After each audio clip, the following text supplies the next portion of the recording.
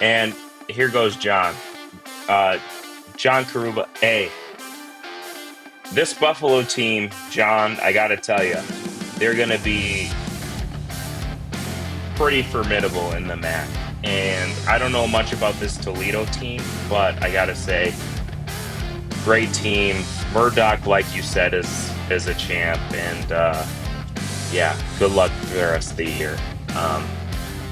They're a good team. You know, I think that at the end of the day, if there's Gopher fans out there that are kind of disappointed how we played, you know, MAC players, and I'm kind of going off tangent here, MAC players, these are the guys that likely wanted to go to a Big Ten school but couldn't make it, so they went to the MAC. So they got that chip on their shoulder to prove that they are that guy. And I got to tell you, they play hard and they want to win every game that they play. And I think it showed with this Buffalo team. They had some good guys playing. They wanted to win this game. They weren't scrubs. These guys were great. And I think that they definitely have a good chance at winning the MAC this year.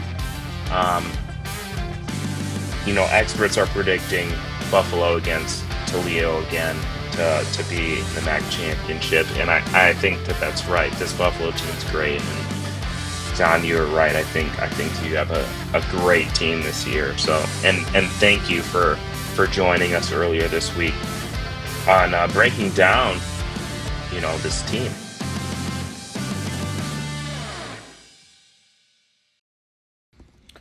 How's that for a season opening intro into this edition and this season of Bullseye Nation? Good evening, everybody. I'm John Karuba. Thank you so much for tuning in. It's great to be back for the 2025 version of your University of Buffalo Bulls football team. After having a successful year last year, let's see if the Bulls can take it all the way this year into a MAC championship. And not the result we wanted for an opening game, falling 23-10 to the Minnesota Golden Gophers, but UB is not in the class that Minnesota is. But even though there are no such thing as moral victories in sports, I come away, this is probably the best I felt after a UB loss in a long time. You play a team that's as talented as Minnesota, and it's a one-score game going into the fourth. Absolutely incredible performance, especially in the red zone by the UB Bulls defense, and I think there's a lot to be proud of, and you can hold your head high, Bulls fans, as we head home for our home opener for week 2. But I figured rather than me trying to explain it, why don't we have it from the opponents themselves? What you just heard in the open there, that's my friend Spencer from the Sky U podcast, the College Huddle official podcast of the Minnesota Golden Gophers, and give them a listen. Spencer, Kurt, Max, they are outstanding. They're a lot of fun to listen and watch. Their podcast is outstanding. So Spencer, I appreciate the kind words. And not only that, he had kind words for the team. It would have been easy for Minnesota to think they could have just strolled to the victory and maybe put down Buffalo a little bit, but that's not the tune they were singing, because UB did a really good job keeping this game competitive into the fourth quarter. How awesome was Red Murdoch tonight? He was outstanding all over the field. He was making big play after big play, and for the Bulls, you got to give the defense credit. There were many times Minnesota could have really put their foot on the throat of the Bulls and put them away, but UB just did not let that happen. They continued to stand tall in the red zone, and it was a huge reason why this was a one-score game going into the fourth quarter. Offensively, however, not a whole lot to like from this game, but you got to give Minnesota credit. That defense, I figured Minnesota, they have an excellent offense, so I figured the offense for the Golden Gophers would step up and win, and they made some big plays, so you got to give them credit. But I thought Minnesota had a good defense. I did not realize their defense was that good. They were stifling, and you have to give them credit. They were outstanding. UB's offense just could not get anything going, even after that huge interception that they got a lucky break on, and it set them up deep in Minnesota territory. What does the Golden Gophers defense do? Forces them into a 3-and-out, and UB had to settle for a field goal. You know, UB, now they did have the one nice drive where Roberson made an outstanding throw to Victor Snow, and you got to give him credit. Snow always seems to step up in the primetime games, and he did so again tonight with that 46-yard touchdown reception. But other than that, Minnesota's defense was like a snowball, an avalanche of snowballs coming at them, and Buffalo just had no answers for the most part. All-Jay Henderson was pretty much invisible in this game. But good to see Victor Snow stand up. I would say the biggest disappointment offensively, though, had to be Roberson. You know, coming from Kansas State, he's used to playing in bigger games, but he did not look like it tonight. He really struggled against that ferocious pass rush of Minnesota. And so, again, it's one game. Are you going to throw it? I mean, this team started, I want to say they started 1-3 or 2-2 last year, and they bounced back and ended up becoming one of the best teams in the MAC. So I'm certainly not going to panic after one game, especially against a team that I believe is going to be top 10, top 15 in the country. But Roberson has to take charge better than he did tonight. A lot of times you could tell that pass rush was getting to him. He made that beautiful throw to Snow for the touchdown.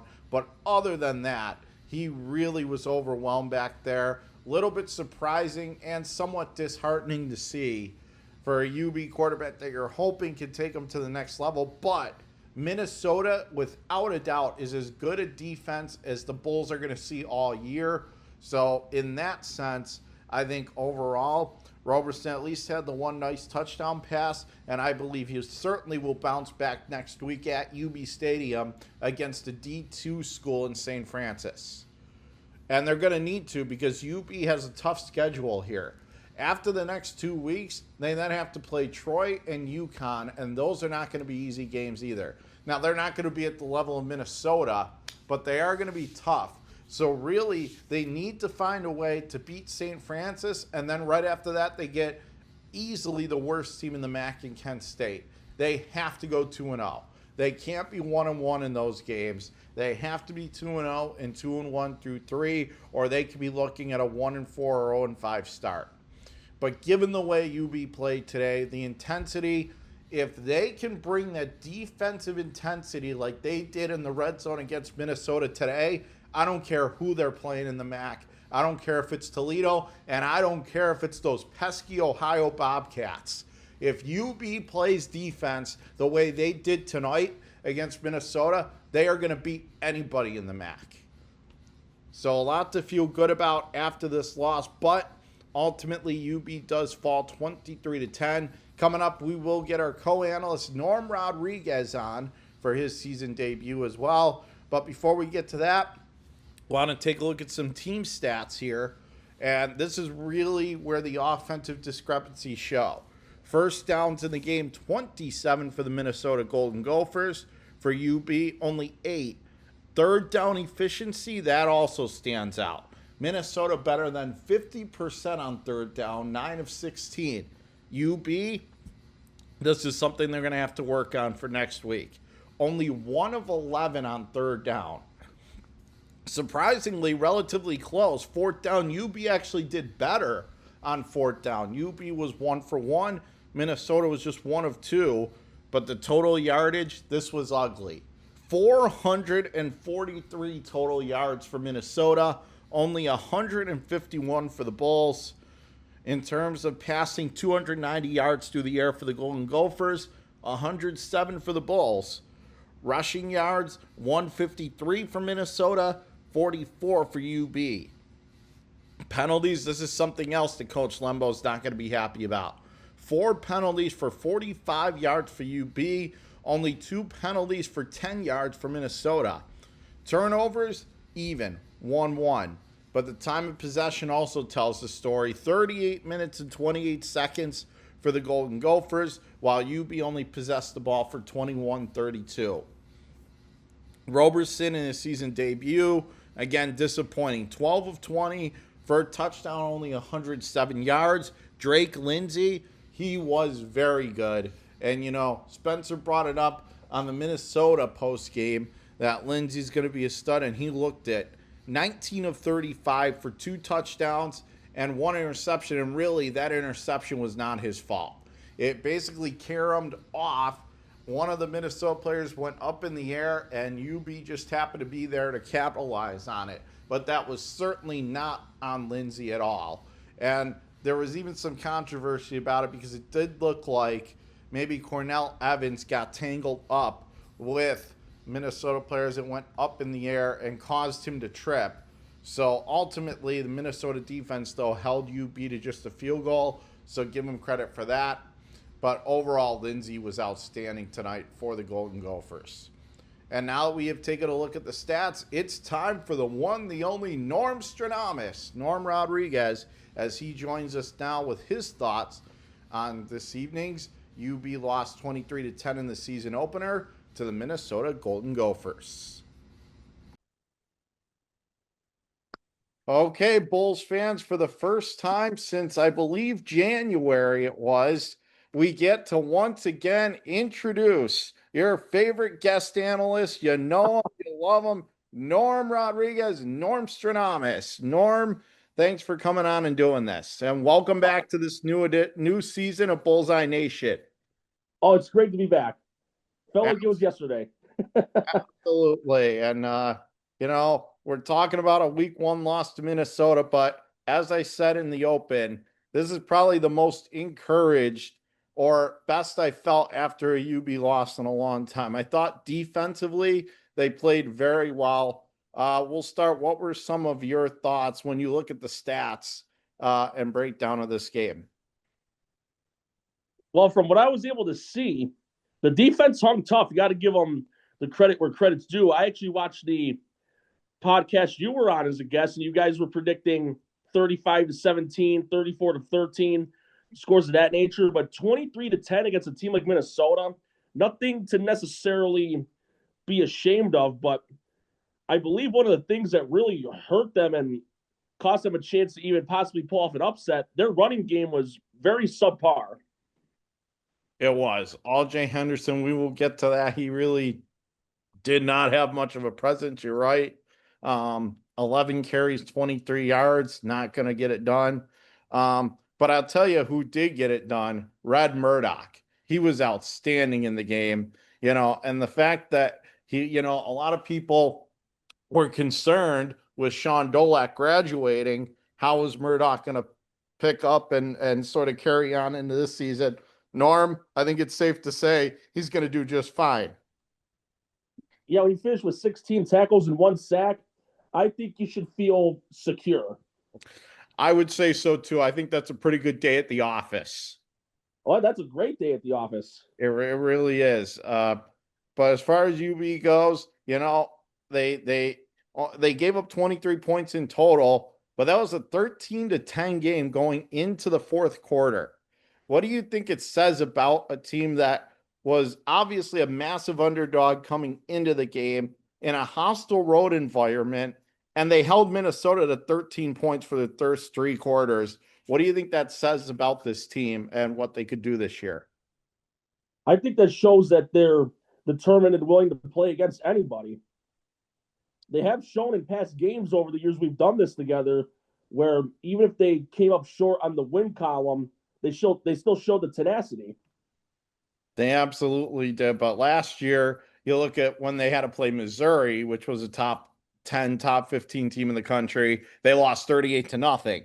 This was a far different tale, 23-10, and really was 13-10 into the mid fourth quarter. So I do believe that they learned some things from that game that then helped them against Minnesota. But I think it speaks to what the coaching staff has been able to do as far as continuing to build this program up. And I'm very excited about their prospects for this season. And how are you feeling about UB after this game? Yes, they're 0-1, but they fought to the end. I'm feeling they're going to do fairly well. The main thing is, though, the replacing of CJ Agbana, who really turned it on in the second half of the year. And This is a guy that got a quarterback that's on his third school in 4 years, Taquan Roberson. Even Yes. though his numbers were a bit on the low side, he did have a nice dime to Victor Snow for a touchdown. I'm glad you mentioned that. That's right. I think we have broadcaster telepathy sometimes, Norm, because that's about where I was going to go next. Daquan Roberson, obviously UB debut, coming, he's played for the likes of Kansas State. So this is obviously Minnesota is without a doubt the best defense this team is going to face all year. Because obviously that's why they're ranked as high as they are. Um, Obviously, I'm sure that Roberson wanted to get off to a better start. But do you see reason for concern based off this game, or do you think it's more just not maybe the nature of who they were playing that led to why Roberson didn't put up the numbers that we were hoping for? I think the biggest factor would be is Roberson doesn't have a boatload of starting experience. In fact, the 1 year where he was even a full-time starter was when he was playing for UConn. But that 1 year, he did lead the league or the conference he was in completions and pass attempts. Yeah, he did. So at least he's got that going for him. I'm excited for the potential he's going to bring to the offense. I think this was a case of just a week one playing a team that's just out of UB's class. And I thought Minnesota's offense was good. I did not realize. I thought they had a good defense. I didn't think they were that good. They were stifling. I mean, they were suffocating in that game. So, I think it was great to see Victor Snow step up with that 46-yard touchdown catch, because these are the type of players that UB is going to need to step up if they hope to have success this season. Yeah, and I feel Roberson will do strong. I'd say give it one or two more games. I think he'll flourish. I think The process, people. I think that that's how a lot of UB fans are feeling. So, obviously not the start wanted to get off to 0-1, but the good news is now they got their toughest opponent out of the way. They took on Minnesota. They showed they could hang tough, and now they don't have to worry about seeing them again. So I have to think that if you're the head coach Pete Lumbo, like that is a positive moving forward, telling your guys, hey, you played a great game. But in the back of your mind, you know that you probably just played the best opponent you're going to face all season. Yeah, and even watching them as the clock was winding down for the final score, Minnesota's coach PJ Fleck, the way he was running off the field, it looked like there was some signs of relief. Yes, it definitely felt relief. Like they were not, as was played in the open of this show. Spencer, who's on the Sky U podcast, which is the college huddle affiliate for the Minnesota Golden Gophers, he was singing praises of UB and how tough that the Bulls are. And here's the thing I would say, Norm, and I'm curious to see if you agree, but if UB plays defense the way they did, especially those first three quarters, holding Minnesota to 13 points, if they can play defense like that, I feel like they could beat anybody in the MAC. They could be a runaway train. Especially because you look at Ohio losing 34-31 to Rutgers, and we obviously know Toledo is a major threat as far as for the championship. Toledo is a big threat, but we also know of one other thing about Toledo. Yes, they're going to put up a ton of points, but they're going to give up a ton of points too, where I think UB's defense is a lot more solid. Yeah, kind of like the Detroit Lions a few years back. They could score a bajillion, but they can give up just as much. Yep. So you got to be more well-rounded. I think that's why the defensive showing we saw from the Bulls, especially against a team like Minnesota, is only going to serve them well going forward. Oh, for sure. And now they have St. Francis coming in for the home opener. Now, here's the one downside when you start against a team like Minnesota and you're 0-1. Now you have put the pressure because you certainly don't want to start 0-2. So what would you be telling your guys if you were Coach Lembo as far as to get ready for St. Francis, which is now the opposite end of the spectrum in terms of opponents? And we've seen UB struggle with D2 teams in the past. I would just say keep that foot in the gas. Don't get complacent. And just like every other game of the season, you have to take it seriously no matter how good or how bad a team is in the record column. it could be a possible trap game, and they want to avoid that. For sure, because then after they play this, then they play Kent State, who I think UB should take because I don't think Kent State's very good. But then right after that, they've got Troy and UConn. I believe that if UB doesn't win these next two in a row, they could be looking at a 1-4 or 0-5 start. And that's certainly not the way that any of the UB fans are envisioning the start to the season. That could put the end to them early. Yeah, it could. And on the other side of the pendulum, they got the potential to get 9 wins again or even 10. Absolutely. So you'd hate for them to stub their toe too much based off just one loss that they played pretty well in. So, I feel pretty good, home opener, I think, with the crowd. And Roberson's going to want to bounce back. It's only his second game on the new team, but he's going to want to show himself as a starting quarterback based on what you had just said earlier, Norm, about, getting another opportunity to start to be the main signal caller. He felt a lot of pressure from Minnesota, and I don't think at times he handled it all that well. He's going to be hungry for a bounce back next game. Yeah, and that's another thing that shows with the lack of starting experience. Besides the 1 year at UConn where he started in 23, besides that, he's mainly been a bench rider. So I would say the lack of experience really kicked in possible jitters. Yep. But now hopefully playing a St. Francis, now he's got the first one out of the way, and he's playing a team that, isn't really at the level of UB. So hopefully all those things will come back to help him. I'm sure it will. So we talked about UB, but at the same time, you're rocking the Bills gear, the Bills hat. So, because I'm wearing my Waterboy jersey. Oh, nice. The Waterboy jersey. This is one of those times I wish that this podcast was video streamed. It's audio, but I will tell you that, yeah, Norm rocking the Waterboy jersey. I love it, especially, with Adam Sandler doing Happy Gilmore too. I think it's fitting to have some Adam Sandler reference in here. I know it was a different movie, but still very fitting and digging the Waterboy jersey, my friend. They just got to get that high quality H2O. That's you're right. You're right. Hey, and especially a classic Sandler movie. But with the Bills coming up, how are you feeling about them heading into the season? Obviously, with Josh Allen as your quarterback, you're always going to feel good.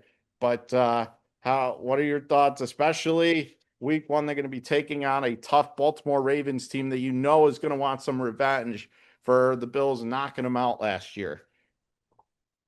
Well, they can talk about the revenge all they want. At the end of the day in that game, they beat themselves. They had critical mistakes. Jackson fumbled a couple of times, and when you're able to hold Henry to less than 100 yards rushing, you've done something right compared to when they played each other in week 4 earlier in the season where he had an 87-yard touchdown run in their first play from scrimmage. They also had 7 or 8 starters out, and they were all back, and they were able to get that together. But I'm happy that they're getting at least one tough opponent out of the way to start the season. I'm one that would prefer those tougher opponents to start, so that way you can get as much of an easy streak as you can going into the latter half. I look at it like the only thing is at times McDermott's teams aren't the best in week 1, and this matchup could determine home field. So I don't love it, but the fact that it's in Orchard Park and it's a home opener on a Sunday night, hopefully that will cancel out, some of the issues that McDermott's seen. And also, I don't know if you saw the post-game press conference McDermott had, but after week 2 of the preseason, say what you want about it being preseason, he was not happy about the way his team played at all. And so, it's coming down on the backups like that. Imagine what he would do to the starters. Here's what I'll say, though. Speaking of the backups, I was not happy. And I talked to you about this because I got into a little bit of a quote-unquote debate with a high school friend of mine who was happy that Trubisky, was back as the backup. And she's got like this celebrity crush on him. I'm like, I can understand that, like if you're a woman. But the thing is, he's been incompetent throughout the majority of his career. I feel if Allen were to get hurt, they'd be in trouble. Yeah. Because the 1 year he got to a Pro Bowl and a playoff for the Bears, his defense carried him. If you watch all the highlights from that time, football fans would know that I'm right. Yeah. I mean, yeah, I thought a few years ago when he was the backup here for a year, I thought the few times he came in, he looked good, but that was because the Bills had the games under wraps already, and he was able to go down the field then. And at that time, it's okay. But lately, you're right. When he went to Pittsburgh, then he went right off a cliff. And now it seems like he can't even regain that, even being back on Buffalo. Yeah, I didn't love that either. But the one good thing is like to hear McDermott be that fired up after a preseason game. I think he probably realizes how important this season is to try and, get it done or at least get to the Super Bowl. And I think he's starting with the accountability early. So hopefully that'll help give the Bills an edge that I think they're going to need in week 1. Yeah, they're going to need it every week of the season. And not just that, sometimes you do need a little bit of luck. But the one thing, though, about this debate I had that had me laughing a little bit, I think it did you too, tried comparing Trubisky to Frank Reich. Yeah. I mean, are you kidding me? Reich was a career backup, for God's sake. Yeah. He wasn't a full-time starter. No. He wasn't even in college. No. And honestly, like, I just, and not only that, yes, Reich was a career backup, but Reich wasn't as much of a massive disappointment. I think people understood what Frank Reich was throughout his career. People, when Trubisky got drafted, they thought he was going to be for Chicago like one of the best quarterbacks they ever had, or at least a Rex Grossman, and he didn't come close to either of those. He didn't come close. Also. No, he definitely did. I can't believe, other than watching the New York Jets fail every year, trying to pick their next coming. I mean, the Chicago Bears know how to flop a quarterback, and Trubisky right in line with that. They've never had a 4,000-yard passer for a reason. Yeah. I mean, it's incredible. I mean, think about it. If they didn't have that monsters of the Midway defense in '85, the Bears probably would never have won a Super Bowl. Yeah, and plus McMahon was injury prone. He was tough as nails, I'll give him that. But he got hurt a lot. Yes, he really did. But, I mean, Trubisky just was a total plus. I'm not thrilled about having him at backup either. I'd rather have Bouchel. At least they put him in the practice squad. So that's something. Yeah, so at least that's better. But overall, at least, the good news is Josh Allen is hard, a knock on wood. He's hard to injure, and he's one tough cookie. So, as long as he stays upright, it's good because at least the one thing is you could really say that about a lot of teams. Like if Kansas City, if Mahomes goes down, they're done. Baltimore, if Lamar gets hurt, they're in trouble. So I think the Bills just fall in that same category. I'd throw Cincy in there too with Joe Burrow. Oh yeah, big time. My thing about Cincy, it's funny you bring them up, because Cincy, even with Burrow at times has looked not as great, but especially the defense is bad. But my thing is the Bills have to figure them out. That is a game I have circled on my calendar. At least the Bills have shown, yes, they haven't been able to get past Kansas City in the playoffs, but at least they've always been close games, and they've shown they can beat them in the regular season, and Baltimore, the Bills have won the 2 playoff meetings they've had with Lamar and the Ravens. For some reason, they play Cincinnati, and at times it just looks like the Bills forget how to play football. Like they have to figure that out against them. Yeah, they got to make Burrow think that he could have a second career as Kevin McAllister. Yeah, I think they need to shut Jamar Chase up a little bit. He's always they run their jaws like crazy, and yet it implodes. Yeah, and they didn't. Yeah, and they've missed the playoffs more than the Bills have under Allen. So it's like, they're flapping their mouths, and they don't really deserve to. Okay, yes, they got to a Super Bowl one year, but they lost. And, Yeah, and and really, they've been flops since then. yeah, they have. And even though Burrow's lighting up the sky, when you're giving up nearly 30 points a game, you're not going to go far. Yeah, and I think though the Bills, the good thing is it's in Orchard Park, December 5th. That game, I think the Bills they need to bring it and show Cincinnati once and for all, hey, we can beat you. Like right now, I think Cincinnati kind of thinks they're invincible against Buffalo. Bills need to do something to change that. Allen Because has we beaten know them in the Cincy, past, albeit it wasn't Burrow.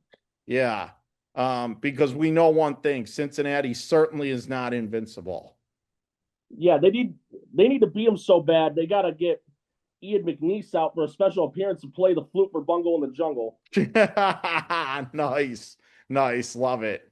Love it. So, the good thing is that after they play the Ravens, then the Bills get the Jets. So, I do hear what you're saying about, once you get that tough opponent out of the way, then it becomes a little bit easier.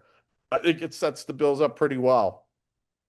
That's exactly my thought process with that. Yeah. And Yeah. Allen will have another strong year without question. Yep. He's the true dual threat quarterback. Lamar Jackson, he's a glorified running back. Mahomes doesn't really run that much, though he's got the mobility.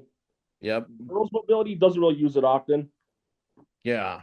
Yeah. And for sure. And I just think the Bills they've got a really good shot. I still obviously make them the favorite in the division.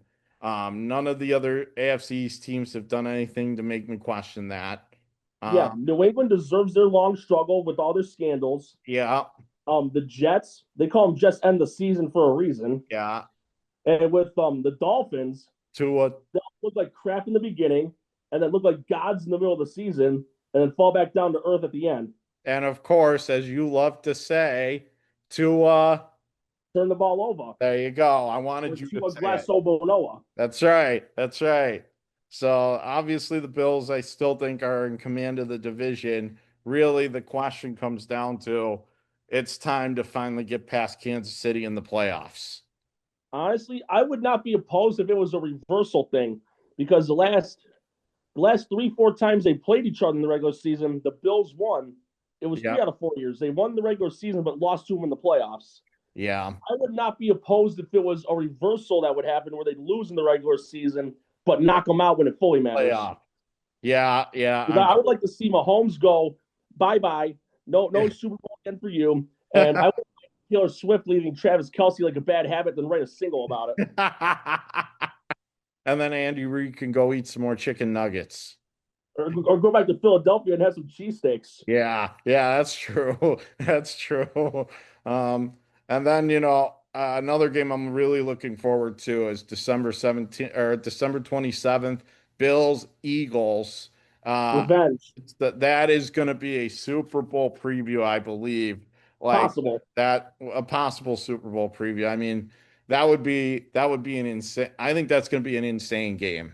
Yeah, and people always rave about Hurts and his dual threat abilities. I remember a few of my friends got into a heated debate about him. And then when it was all done, I went to my one friend real fast. I said, out of his rushing touchdowns, how many was he pushed in? Right. I'd say about 85, 90%. I will say the one thing about Philadelphia, though, even if Hurts isn't the best, they have a very strong run game with Saquon Barkley. As long as he stays healthy. Yep. But the Bills have a pretty good running back of their own, too. How excited are you that they locked in James Cook? Oh, I was very happy. Even though it was his breakout season, even though he had brilliance in his first couple of years, the end zone was kind of lacking on him because it would mainly be Allen keeping it or pulling manna from heaven and throwing a wild touchdown pass in the end zone from 5-10 yards out. But it was great to see Cook get his big dues this past year. And I had concerns that he was going to be the victim of doing something similar that his brother Dalvin Cook did by screwing himself out of a team. He walked out of Minnesota, and last I knew he was on the Cowboys practice squad. Yeah. And I was thinking that same thing, but the good thing is they got it done. But speaking of those Cowboys, boy, how about them Cowboys, and not in a good way, trading Micah Parsons the good news for the Bills, he stays in the NFC, going to Green Bay. But I was really hoping the Bills were going to be in on him, even with the salary cap issues. What are your thoughts about where he ultimately ends up, and can you believe the Cowboys traded him? I was very surprised. I thought maybe they could have worked out a deal for an extension because he's still on his rookie contract. So I would have thought they would have made a compromise and come up with a solid deal for him because he was a cornerstone defensive player. Yeah. Yeah. I put him way above, for example, Trayvon Diggs and Deron Bland, albeit they're defensive backs. Yep. Yeah, Diggs can get a lot of interceptions, but look at how many big plays he gives up. Yes, for sure. And plus, he's had a couple of injury-plagued years, and Bland had an injury-plagued one last year after running back 5 pick-sixes. And you want to talk about a dark horse in the NFC now, Green Bay, with Jordan Love and Micah Parsons now. You got to give them Josh Jacobs. Yeah, you got to give them a little bit of respect. I will say, though, the first couple years he's been the starter, I thought Love has looked solid when he's been healthy. Absolutely. That's why I'm saying, you got to give them a little bit of respect.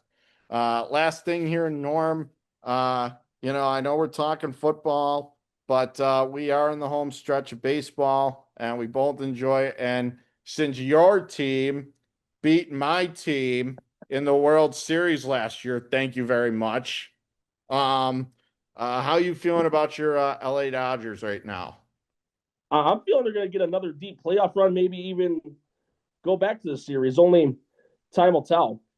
It is encouraging to see Ohtani pitching again, but I really wish he would just stick as a hitter.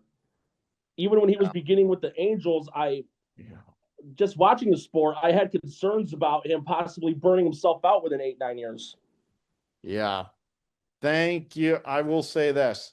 That comment finally was at least a positive about this. I have been saying that for years too.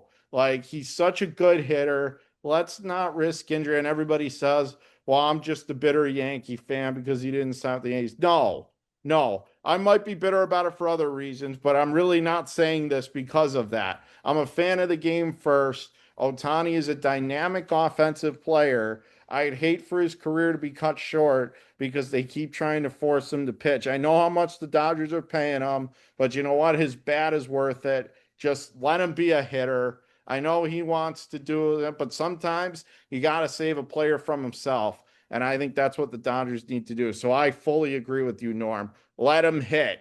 Leave him alone. Yeah, even from your reaction, you were like, thank you. At least someone's agreeing with me. Yes. Yeah. To quote Will Ferrell and Zoolander, so many Dodgers don't agree with me. I'm like, I feel like I'm taking crazy pills. Remember that? Don't worry, they're just placebos. Yeah, I feel like I'm taking crazy pills. Like, I'm the only one who believes, so I appreciate it. Yes. And that's why you're Norm Stradamus. So on that note, Norm, this was awesome. And I'm glad it's only one, and we've got plenty more to come. Very happy to be back. We're happy to be here on College Huddle. And there might be some fans in Minnesota now tuning in. So that's great to know. Norm, just before we sign off here, is there anything else you that you're working on or doing, or any games you're calling you want to let our audience know about? Well, we do got some high school football broadcasts coming up in the coming weeks, but the catch is that does mainly require an NFHS subscription. Okay. All right. But doing the yearly plan, that it can actually save you about $50 a year. Yeah, and I also subscribe to the NFHS network. It is great, and it's nationwide, and it helps support the athletes. And then you get to watch great play-by-play announcers like Norm do his thing. So it's certainly. I know you're a big fan. Like, you've even given me shout-outs on WNY Athletics shows in the past. Yeah, absolutely. Yeah, and we love Frank and everybody over at WNY Athletics. They're certainly a friend to Bullseye Nation. But Norm, on that note, thank you so much. And we look forward to doing this again next week after UB takes on St. Francis. Hopefully it's a win. Absolutely. Thank you, Norm. And that was the one, the only Norm Stradamus again, giving us his thoughts on UB's 23-10 loss to Minnesota. Now it's time to take a look around the MAC, and we will do so here on this Thursday evening, as again UB falling in this one 23-10 to Minnesota. But good news, some of the other rivals that are expected to compete with UB also losing tonight, including those Ohio Bobcats losing 34-31 to Rutgers. And UB fans, buy some Rutgers gear, because not only do we need to root for them this week, we need to root for them next week, because now they're going to end up taking on Miami of Ohio. So it could really help if Rutgers could end up beating them as well. But Ohio does lose 34-31 to Rutgers. Speaking of Miami, Ohio, they got a big fat donut on the scoreboard, losing 17-0 today to Wisconsin. It was Akron getting shut out at home by Wyoming, 10-0. That was obviously the alma mater of one Josh Allen.